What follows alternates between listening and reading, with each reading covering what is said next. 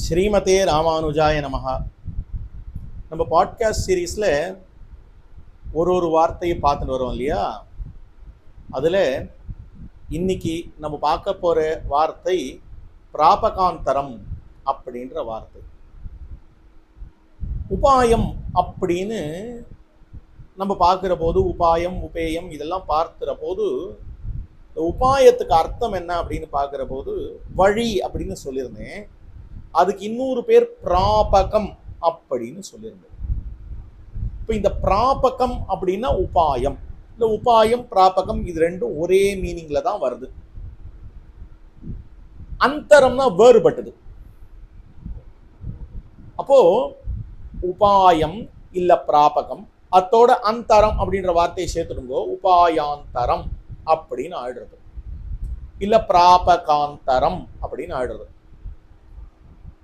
என்ன இதுக்கு என்ன பொருள், எதை குறிக்கிறது அப்படின்னு ஒரு கேள்வி வரலாம். நம்ம பொதுவா உபாயம்னு சொன்னா, வழின்னு சொன்னால், இந்த இடத்துல ஒரு பலனை அடைவதற்கான ஒரு மார்க்கம், அது உபாயம்னு பார்த்தோம். ஆனால் எல்லாருக்கும் கடைசியாக ஃபைனாலிட்டி, ஃபைனல் டெஸ்டினேஷன் எல்லாருக்கும் எங்க இருக்கு அப்படின்னா பரமபதம் தான். அவனை அடைதல், அதுதான் எல்லாருக்கும் கடைசி பலனா, ஃபைனல் டெஸ்டினேஷன், வைகுந்தம் புகுவது அப்படின்னு சொல்லப்படுறது. அந்த வைகுந்தம் புகுவதாகிற பலனுக்கு வழி என்னவா இருக்கும் அப்படின்னா அது மோட்ச சாதனம். இந்த மோட்சத்துல ஆசை இருக்கிறவன் பல வழிகளை தேர்ந்தெடுக்கிறான். அதுல கர்மயோகம், ஞான யோகம், பக்தி யோகம் முதலான வழிகள். இல்லைன்னா பகவானையே அடைய வேண்டும் அப்படின்னா பகவான் திருவடிகளையே பிடிச்சுட்டா போரும் அப்படின்ற பிரபத்தி என்கிற சரணாகதி. இப்போ இதெல்லாம் வழியா சொல்லப்பட்டிருக்கு. இந்த பிரபத்தின்ற சரணாகதி என்ன சொல்றது அப்படின்னா, நமக்கு வழி பகவானே அப்படின்றதான் பிரபத்தி.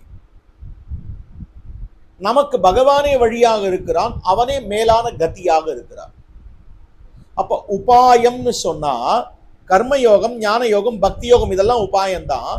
இதெல்லாத்தையும் விட ஆப்டான உபாயம் பகவான், ஆப்டான வழி பகவான், அடைவதற்கு தகுதியான இடம் பகவான், அதை அடைவிப்பவனும் பகவான்.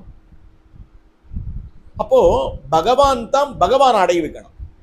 அப்ப நமக்கு வழியா இருக்கிறது யாரு? பகவான்.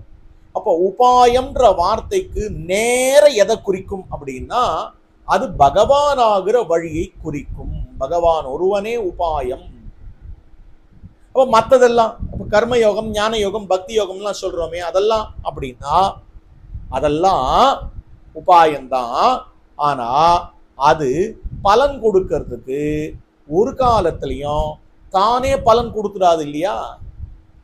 அதை நம்ம செஞ்ச பிற்பாடு பகவான் அதனால சந்தோஷப்பட்டு பலனை கொடுத்தானேயானால் பலன் கிடைக்கிறது. அப்ப அங்கேயும் கூட இந்த கர்மயோக, ஞான யோக, பக்தி யோகங்கள் ஒரு காலத்திலும் தானாக பலனை கொடுக்கறது இல்லை. யார் பலனை கொடுக்கிறா? பகவான் தான் பலனை கொடுக்கிறான். ஆனால் அதுக்கு நேர பகவான் காலை பிடிச்சுட்டோம்னு வச்சுக்கோ, அப்ப பகவானே நமக்கு கத்தியா இருக்கிறான். அப்ப மேலான உபாயம் யார்? அது பகவான். அப்ப உபாயம்ன்ற வார்த்தையே பகவானை குறிக்கிறது என்கிற ரீதியிலே கொண்டால், பிராபகம்ன்ற வார்த்தையே பகவானை குறிக்கிறது என்கிற ரீதியிலே கொண்டால், சரியான வழியான பகவானை தவிர்ந்த மற்ற வழிகள் இருக்கின்றனவே, நம் முயற்சியாலே செய்யப்படும்படியான கர்மயோகம், ஞான யோகம், பக்தி யோகம் இதெல்லாம் உபாயாந்தரம். அப்ப ஆச்சாரியன் அப்படின்னால் ஆச்சாரியன் இந்த உபாயாந்தரத்தினுடைய கோட்டியில சேர மாட்டார். ஏன்னா ஆச்சாரியன் யார்னா பகவானுடைய திருவடி நிலைகளாகவே இருக்கிறார். அதனால் ஆச்சாரியனை உபாயாந்தரம்னு சொல்ல முடியாது.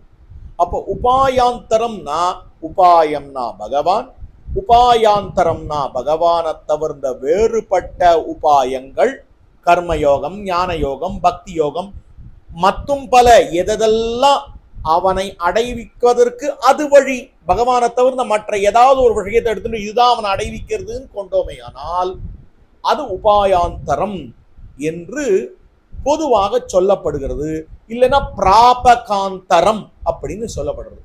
அப்போ உபாயாந்தரம், உபாயம் பிராபகம் ஒரே அர்த்தத்துல வருது. அப்போ உபாயாந்தரம் பிராபகாந்தரம் இது எல்லாமே, இந்த ரெண்டு வார்த்தையுமே ஒரே அர்த்தத்துல இருக்கிறது. இதெல்லாம் கர்மயோக, ஞான யோக, பக்தி யோகங்களை குறிக்கும். மற்றும் ஒரு வார்த்தையை அடுத்த பாட்காஸ்ட்ல பார்ப்போம் என்று சொல்லி அமைகிறேன். ஸ்ரீமதே ராமானுஜாய நமஹ.